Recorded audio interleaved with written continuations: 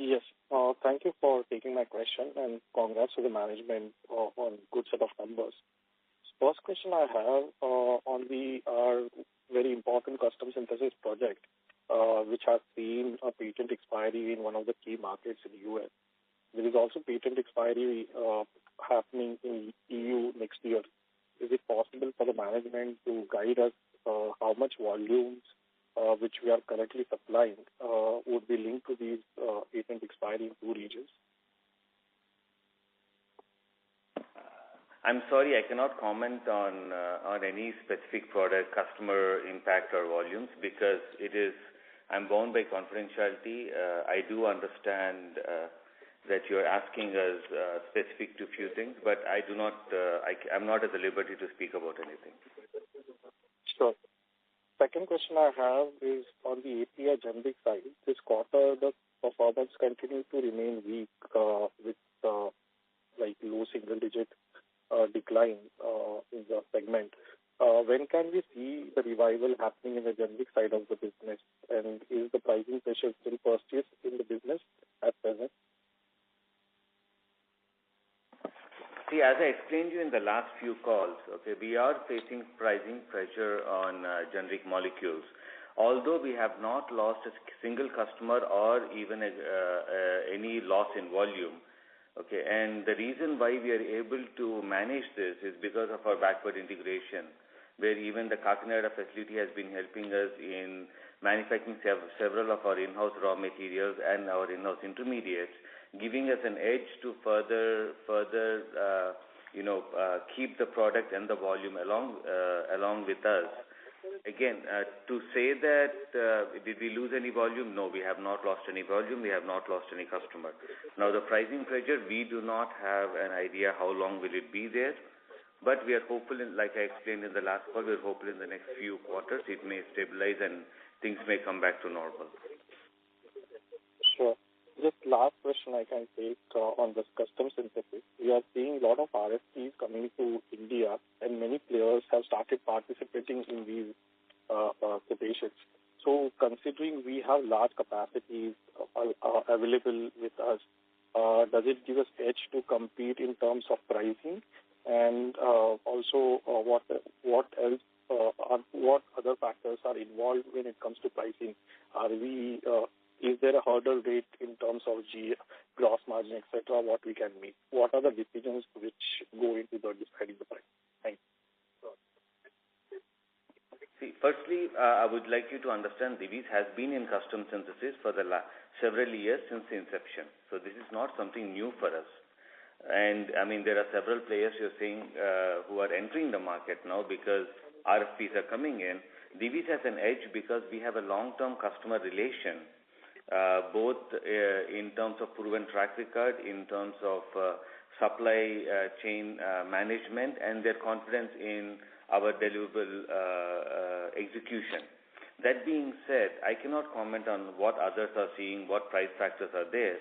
We have a strong pipeline that is with us, which we are working on, and we would see the outcome in the next 1 to 2 years. Sure. I just had one follow-up. So what I wanted to ask is, having available capacity, does it give us an edge to go aggressive on the pricing? Because earlier, 10 years back, Divis was one of the few players to compete from India. But now we have several players who are competing for these same molecules. So that's the reason I'm asking. Yeah, so the reason is, when you see multinationals or MNCs, right, they don't only look at price as the only factor.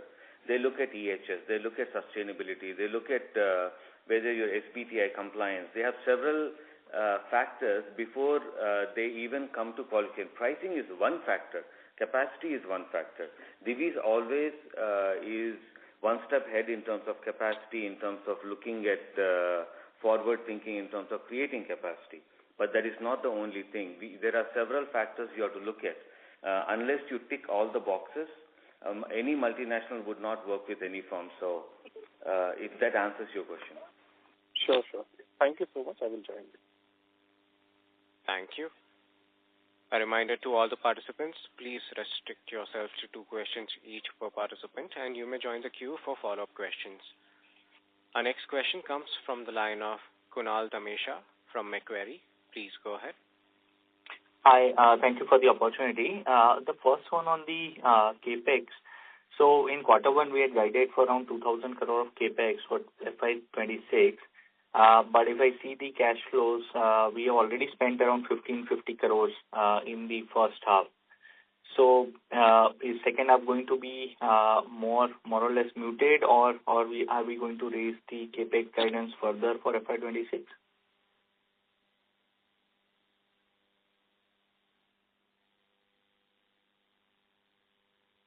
Can you please repeat your question again?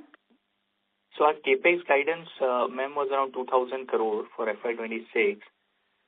If I see the spend on the property, plant and equipment for the first half, it's almost around 1,550 crores.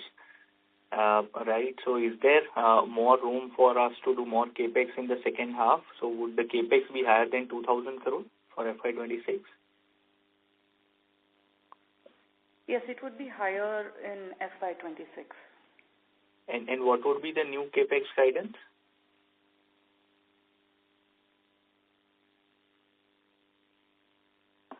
See, right now we are looking at several new projects, and we did mention earlier in the stock market to the SEBI release that we are getting into 3 new projects, and the capex is also being included for that. So this is an ongoing thing wherein we would be creating capacity as and when needed. Okay, and these capacities, which plant, would these capacities be focused on, these new capacities? It would totally be based on what is the stage at which the manufacturing is. So they would be spread across all the 3 units. Not a single unit would be getting the entire capex. Sure. And one question for Kiran sir. You alluded to being a global leader in peptide manufacturing in coming years. So what would it entail in terms of investment, capacities, differentiation from the longer term perspective? So to answer about peptides, right? Divis has been in peptides since the last 20 years. We have been manufacturing protected amino acids, which gives us an edge in terms of supply issues, in terms of manufacturing, what you call consistency, and also impurity profile management. That gives us an edge to get into dipeptides, tripeptides, tetramers, octamers, or different mers which are required by several companies across the world. Saying this in terms of investment, I'm not at the liberty to talk because several investments are based on what customers require, and I'm bound by CDAs. But we have opened our Center of Excellence for peptides, where we are developing several molecules for several customers, which we will be a part of their pipeline going forward. So that is giving us a strong momentum in peptide synthesis. Sure, sir. I have more questions. I'll join back the queue. Thank you. Thank you. Our next question comes from the line of Tushar Manudhane from Motilal Oswal Financial Services. Please go ahead. Thank you for the opportunity, sir. And the basis, the composition of generics and custom synthesis, it seems the custom synthesis business has scaled up really well over last 1 to 2 years. Specifically, if I have to connect this to the gross margin, which has been pretty stable at 60% year on year or even quarter for 2Q FY26. So does it mean that we are broadly at a similar gross margin across both the segments, or am I missing something here?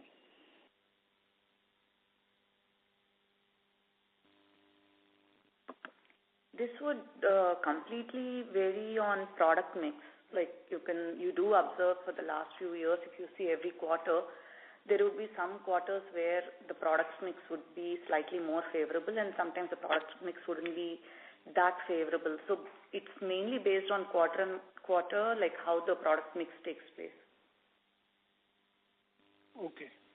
So 60% is something as a base case to assume, or there could be a upside risk to the gross margin? I would say it would be continuing similar manner. Got it. Secondly, just if you could also share the constant currency growth for us on a year-on-year basis.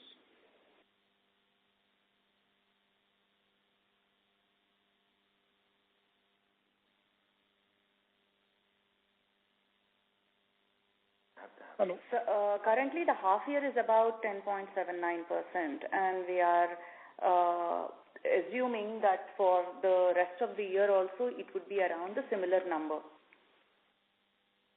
Understood. But that, ma'am, that also is not sort of helping to get sort of better gross margins?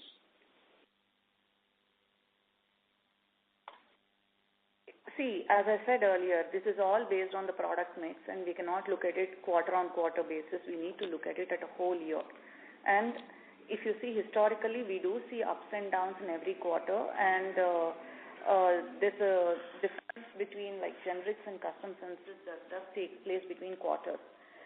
So my current assumption would be like, yes, my constant currency growth rate would be about 10.79.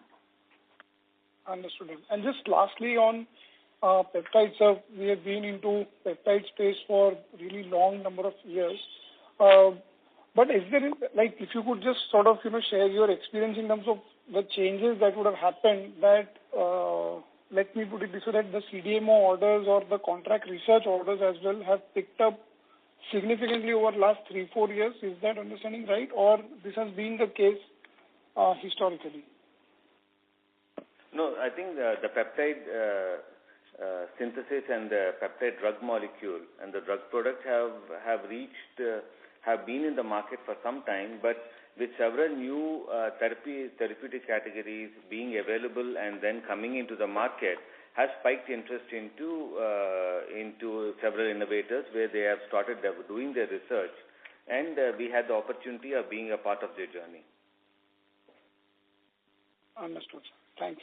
That's it from us. Thank you. Our next question comes from the line of Surya Narayan Patra from Phillip Capital India Private Limited. Please go ahead. Yeah, thanks for the congratulations on the great set of the number on the custom synthesis front, sir. This quarter we have seen the best custom synthesis. Sir, can you we are unable to hear you. Hello. Could you please repeat? Your voice is not audible. Sorry, sir. Just give me one moment.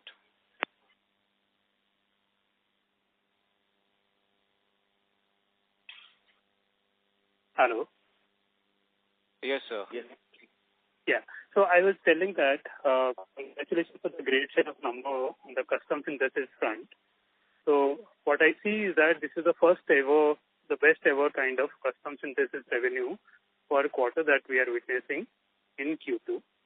Not only that, even in terms of revenue mix also, it is the highest ever. Given that the same margin point comes here that over the year, 3-4 years, the gross margin or even EBITDA margin that has moved from a certain level to around 40, means it has moved marginally here and there, but in fact the mix has significantly improved, almost like 15-16% revenue mix in favor of the custom synthesis. So given that, is it fair to believe that the margin, the upside risk is limited in the business, in the overall business model what we are currently having? Can you be more elaborate in your question, the last part? Okay. So we have seen there is a significant shift in the revenue mix for the custom synthesis from the level of 40-odd% over the years to now 56, which is the highest ever. But the margin profile remain in the around 32-33% in that range. So is it fair to believe, ma'am, the margin, the upside risk is nothing or limited, because even if there is a rise in the revenue mix favoring custom synthesis, margin remained around that level. So is it fair to believe that this is a kind of sustainable margin level and scope of appreciation may not be there? I would say it's mainly to do with the product mix, though the custom synthesis has increased over the last few years as a percentage, we need to also remember that 45% is still generics, where it is facing a huge pricing pressures. So when you combine both, the margins do look similar because that's where we are, trying to sustain the generics business, the volumes not to lose them, maintaining the kind of quantities and the capacities that we have with our customers. So while maintaining that, we will see a hit on the margins there, which you see like a normal gross margin level across the entire product portfolio. Okay. So then the growth will really drive the kind of, the volume growth will really drive the earning growth. That is the right way to think. I think it will answer this question. So you have to understand a few things, right? In terms of growth, we have both the generic side and the CS side. We also have products which are coming off patent that we are launching with our customers. Once the patent comes off, we will be getting into the market. So there will be certain amount of drive from there. There are old CS projects which have been there in the company for the last 10 to 12 years, which are matured. You also have to understand that Divis manages a lot of late life cycle management for branded companies, which has a different revenue model. So it's very difficult for us to justify saying the revenue growth comes from CS or from generics or from Nutra. That's why we always say from the inception that, it is a product mix that we have which drives the overall growth. Oh, okay. Got it, sir. So just one more point on the custom synthesis side. So obviously the 3 dedicated projects which are likely to start possibly from the fourth quarter of FY27, which will drive growth. But in the interim, what can drive growth for the custom synthesis business? Is it the peptide projects what you have indicated in the opening remark? So that is the kind of near-term contributor to the growth for the custom synthesis business. See, all I can say is, we have 3 active projects. Apart from the previous ones we have disclosed to the stock exchange. All of them are being either in the stage of validation, some of them are being constructed for the customer, which will go into validations in the future, which are at various stages. It is very difficult for me, to put a date, because it's subjected to, EU qualifications, US qualifications, all I can say is things will happen in the next 1 to 2 years is a fair statement for me to give, provided all regulatory approvals are in place. And these are CS projects. I cannot put a label saying this is, API or, peptide or, some specific therapeutic category. All I can say is it belongs to our CS side of the business, and we believe if all regulatory approvals and qualifications take place on time, in the next 1 to 2 years, we should see commercial benefit. Sure, sir. Just one clarification, sir. Now we are kind of scaling up our activities in the peptide side. So is it possible, is it right to think that we can even tap the generic opportunities in the peptide side, including the GLP-1s? That is one. And one more clarification, if you can give, currently what is the revenue share of contrast media that we are having? Okay, to answer your first half, right, Divis has strategically decided that we will not look at generic part of peptide synthesis. We are right now fully occupied with the amount of CS projects we have, so we do not want to venture into that mode. Sure. Coming to your second point, which is in terms of contrast media revenue share. Yeah, we cannot individualize, each segment. We look at it as a total whole and a product mix. Okay. Sure, sir. Thank you. Wish you all the best. Thank you. A reminder to all the participants, please restrict yourselves to 2 questions each per participant. Our next question comes from the line of Harshit Doot from Diamond Asia. Please go ahead. Thanks for the opportunity, sir, and congratulations on the great set of numbers. A couple of questions from my side. As you said, you are witnessing increasing engagement level from the clients, RFPs, site visits. So is it fair to assume that the incremental or the higher interest of the business is coming from the shift of the China?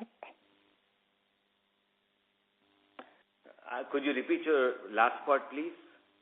With the kind of increase in interest of the business that we are witnessing in the custom synthesis part, is it more a function of the shift of business from the China, sir? Is our innovators are diversifying from China?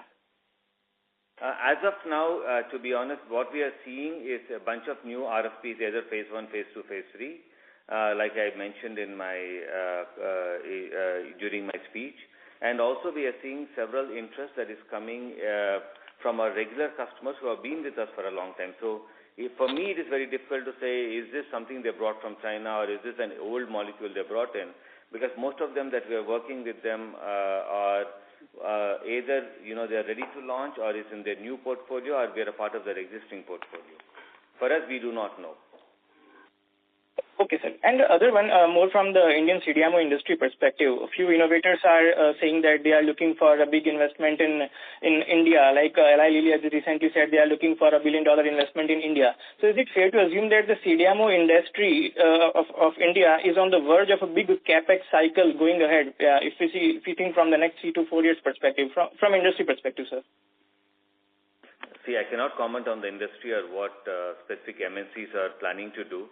But what we can say is about Divis, we have a strong pipeline and then we are looking at ongoing as and when our projects are coming into life, we will start investing and we see quite a positive, outcome in the next 1 to 2 years. Okay, sir. So let me ask another perspective. Last 10 years versus next 5 years, is the upcoming time more exciting for Divis?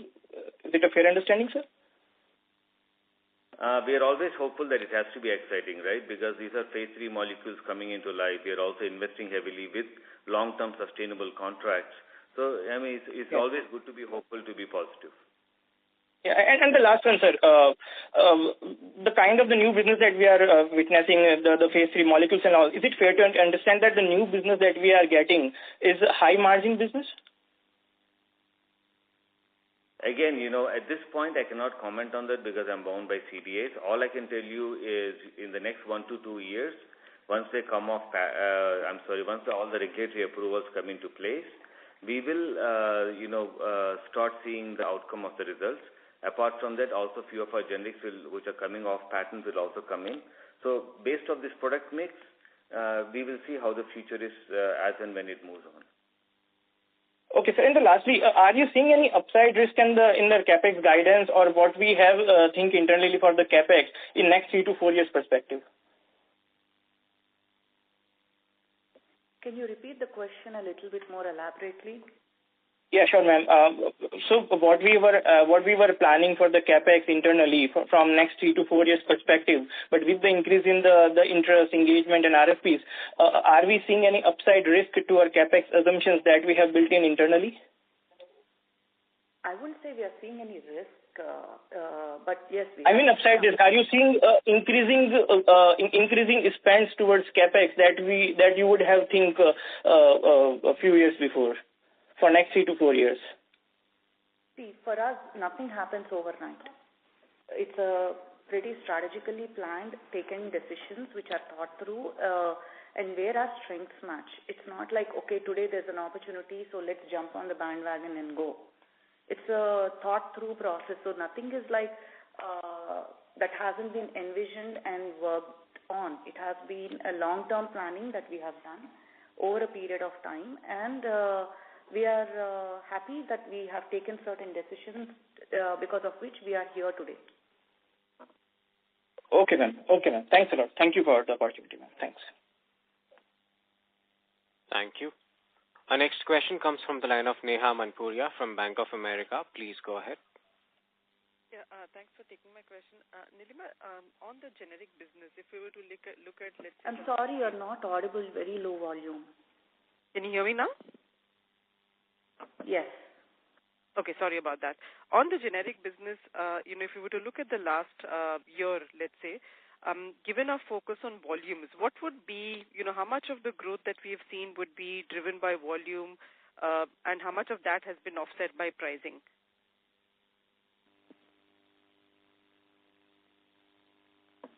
I would say as a volume, we have been stable, and as a value, you know how much it is based on the percentage and the revenue number that's there. But as a volume, I would say we haven't lost a single customer, nor have we lost the production capacity.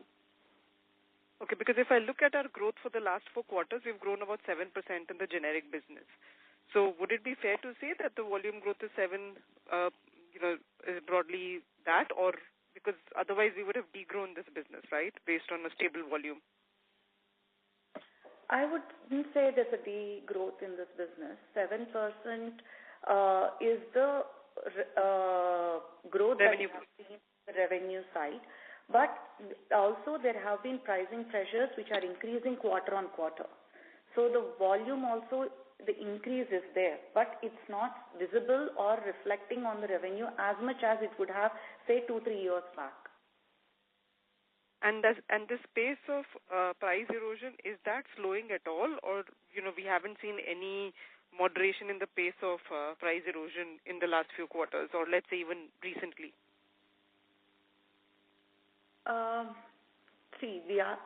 There is. I don't think I can foresee any, at least in the next 2 quarters, anything that is going to be in a better situation for generics than it is today. Understood. And, I think... Sorry to interrupt. Neha, ma'am, may we request you to rejoin the queue for any follow-up questions, please, as there are several other participants waiting for their turn. Sure. Thank you. Our next question comes from the line of Shyam Srinivasan from Goldman Sachs. Please go ahead. Yeah, good afternoon. Just the first question on, you talked a lot about peptide center of excellence, but I'm just curious, do you also have non-peptide GLP-1s in any of your projects?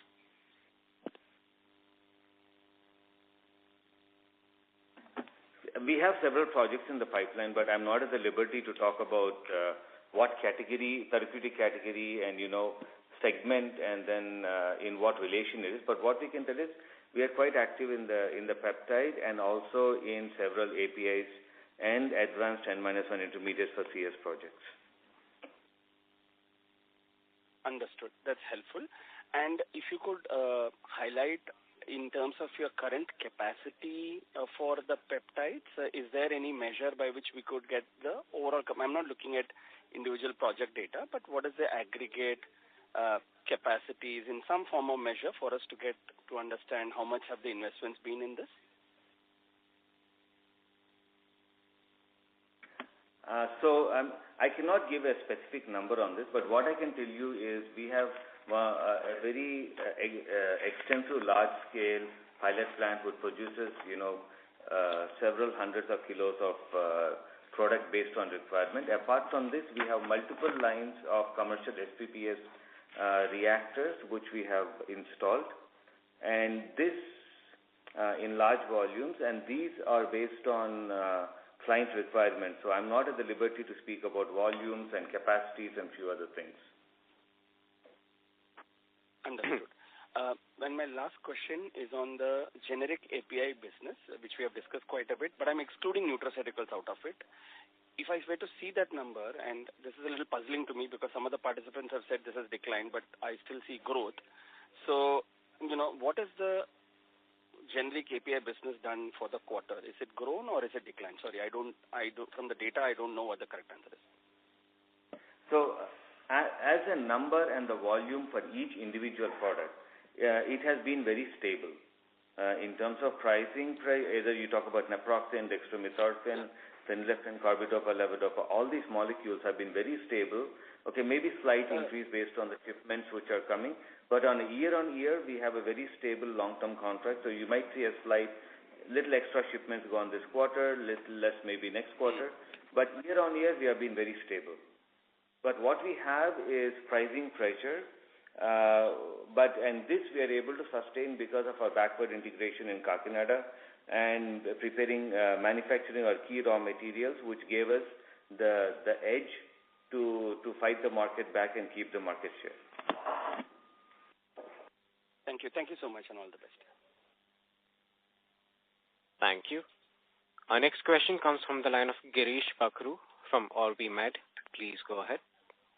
Yeah, thanks. Actually, just taking on the Shyam's question only on capacity and expansion in peptides. Kiran, can you also give some color on downstream? What have you invested in? What kind of capacities have you created for downstream spaces? Could you be more clear on the question, please? Yeah, I'm just mainly asking, can you also comment on the investments made on the purification side? As of now, Divis is only manufacturing MERS fragments. We are not in purification of the API. So fragments don't require purification, is it? Fragments are basically, like 4-chain amino acids, 8-chain, okay, and they are purified and then they are sent to the customer where he again links them and then makes the final drug product, which undergoes purification. Yeah, so I'm just asking because this purification is more of a bottleneck in the whole process, right? Not the SPs per se. So for you, it's not a bottleneck, right? So just to be clear, right, when in peptides, when people talk about purification, they talk about drug product purification, not tetramer, octamer purification. Okay. Not the fragment purification. That is not a factor because you purify it in the SPPS. But what the world is talking about bottleneck is on the drug product purification. Understood. And the second question, is it possible for you to split the cost of manufacturing? I know you had discussed, amino acids or basic raw materials are easily available, but starting materials, solvents, reagents, how is the cost split across the whole process? Ballpark. Where is the cost? You're talking about the peptide business? Yeah. So Divis, the one unique thing about Divis is we manufacture our own protected amino acids, which gives us, and both in natural and unnatural, which gives us an edge over everyone because we control the quantities, we control our costs, we control our impurity profile. So as you control the impurity profile when you manufacture the FMOC protected amino acids, and when you go into further manufacturing of fragments, because you control the impurity, your cost of cleaning comes down, and you have better product that comes out. So in this way, we were already manufacturing protected amino acids for several of the manufacturers who used to manufacture for the branded innovators. But now we found the opportunity of taking one step ahead, which is giving us an edge using our own product. And this flexibility customer allows you to do, right, in changing the process a bit to get more yield or vis-a-vis purity. Is that something right to So the FMOC protected amino acids are proprietary to Divis process, so we manufacture and we supply either to the customer-defined places or if the customer or in our in-house usage. Coming to fragments, these are defined processes given either by the customer, who are the innovators anyway, and then we would exactly follow the recipe they have given us. Understood. Thank you so much. Thank you. Our next question comes from the line of Abdul Qadir Puranwala from ICICI Securities. Please go ahead. Yeah, hi sir. Thank you for the opportunity. So my first question is with regards to your investments in the gross block over the past and the asset turn. So while I think we would have a gross block of somewhere around 8,500 crores.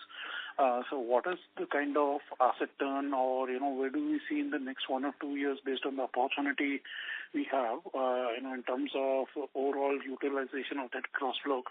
Any color on that would be helpful. So if you're talking about the asset turnover, we are looking. You are aware of the new opportunities that are there, and though we cannot comment at this point in time with a specific outlook, we would say in the next 1 to 2 years, we do see a positive outlook that's out there. Okay. And while in the past, we have mentioned about an equal share of revenues coming from generics and the CS business, but clearly in the first half, the contribution has been a little, skewed towards the CS. And while the commentary also talks more about the CS business outlook. So would it be fair to assume that, for the next 1 or 2 years at least, the custom synthesis part would be, something where we will get a majority of our revenues from?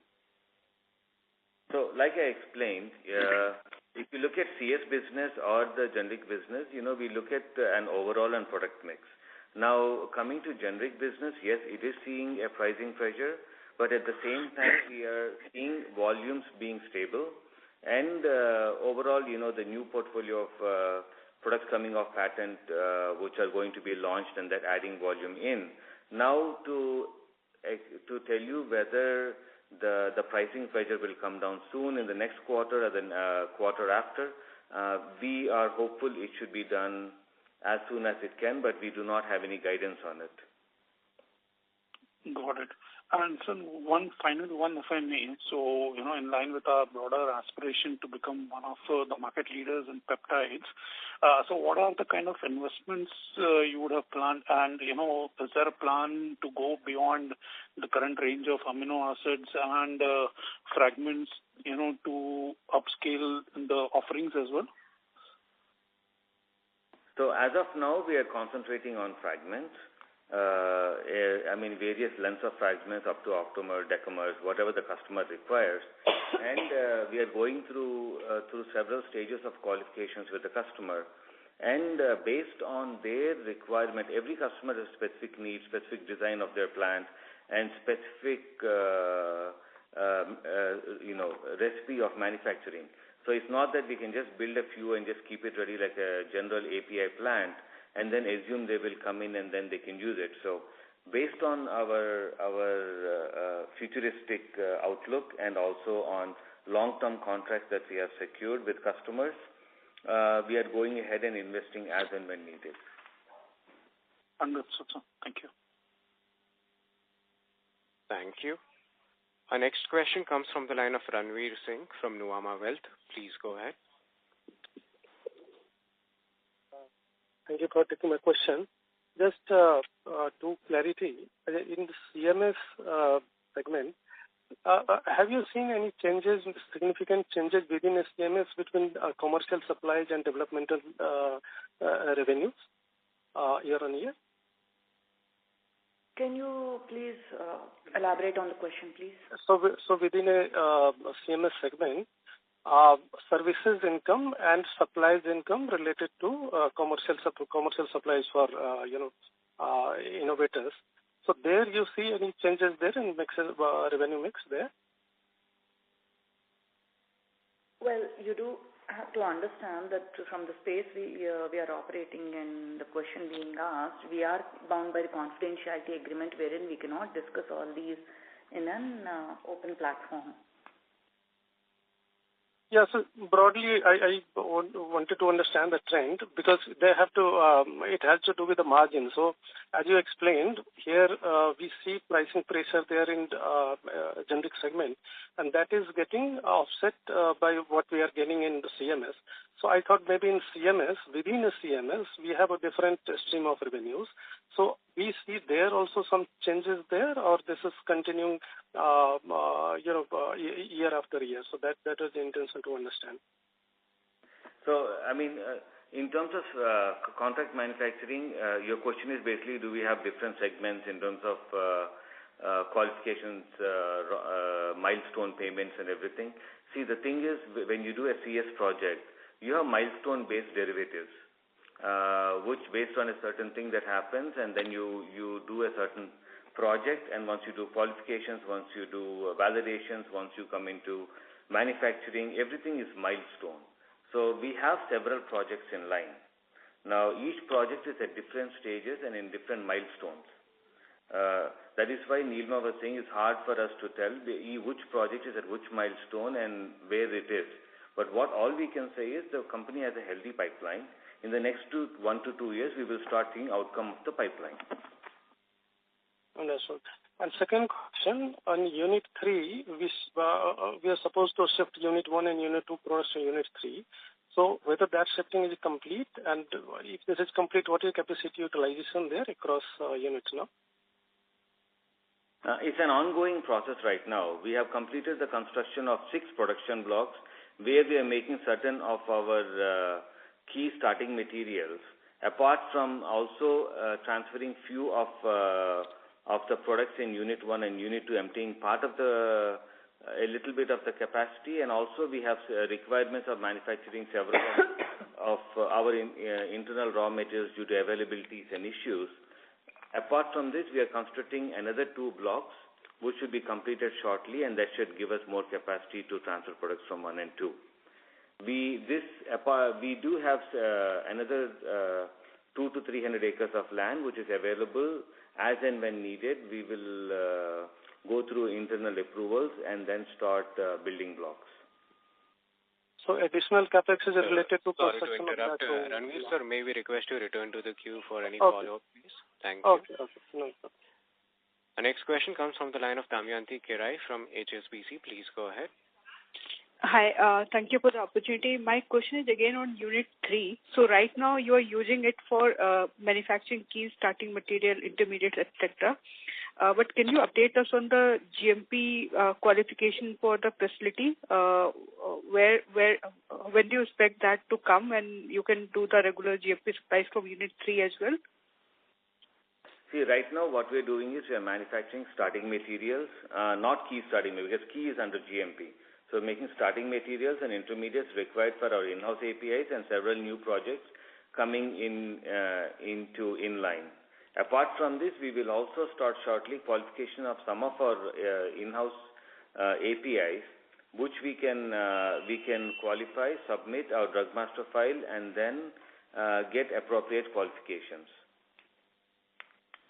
This would be in the near future, in the next few quarters, but not right now, because right now we have a need of several starting materials for our own products, both at the CS side and at the generic side, which the unit is now concentrating on. Okay. My second question actually is clarification. This peptide center of excellence, where does this sit? It's in Unit 2, 3, or where is it located? So it is spread across both the units, and I wouldn't say it is only at one unit or at because historically we have always made sure that all our units are equally distributed with our products. Okay, that's helpful. Thank you. Thank you. Our next question comes from the line of Nitin Agarwal from DAM Capital. Please go ahead. Hi, thank you for the question. So just one clarification. Of the 3 projects that you've announced to the stock exchanges, what would be the timeline for commencement of those various projects? If you can give us some reminders of those timelines. So all the 3 projects are at different phases. Some of them are under equipment is still being installed. Some they're undergoing qualifications. Some are undergoing validations.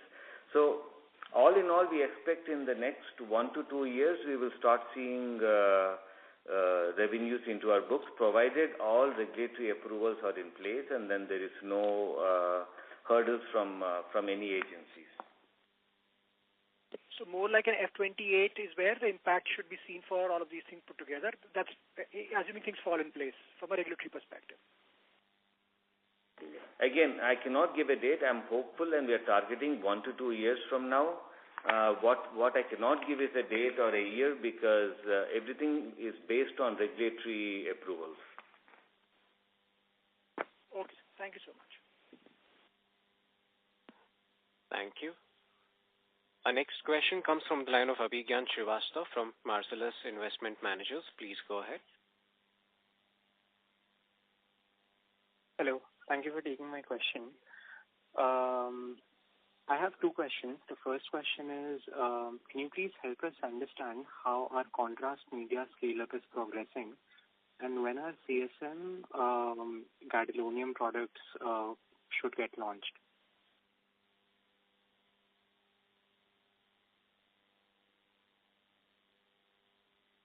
Just 1 second, please. So,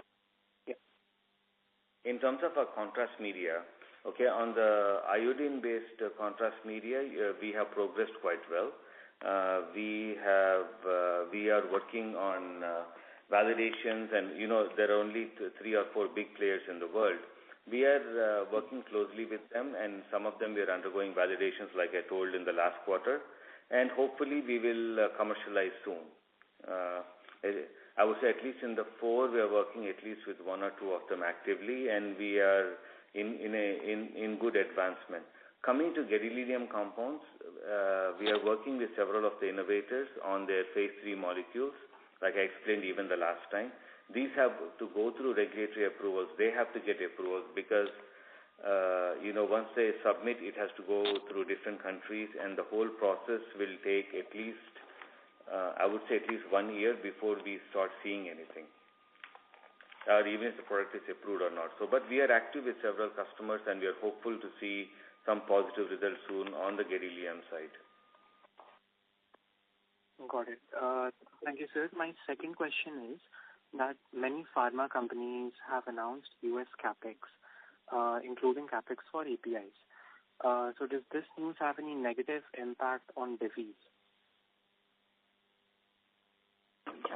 So far, we haven't seen any negative impact for Divis. Why people are putting capex in US is something I cannot answer for, but we have not seen or lost any customer, nor any of our branded customers have raised any questions about it. So I cannot answer this topic. Got it. Thank you, sir. This was all I had. Thank you. Thank you. Ladies and gentlemen, we will take this as our last question for today. I now hand the conference over to Mr. Satish Chaudhary for closing comments. Thank you all for joining us today for the earnings call of Divis Laboratories Limited. In case you need any further clarifications, please reach out to our investor relations. Thank you. Thank you. On behalf of Divis Laboratories Limited, that concludes this conference. Thank you for joining us, and you may now disconnect your lines.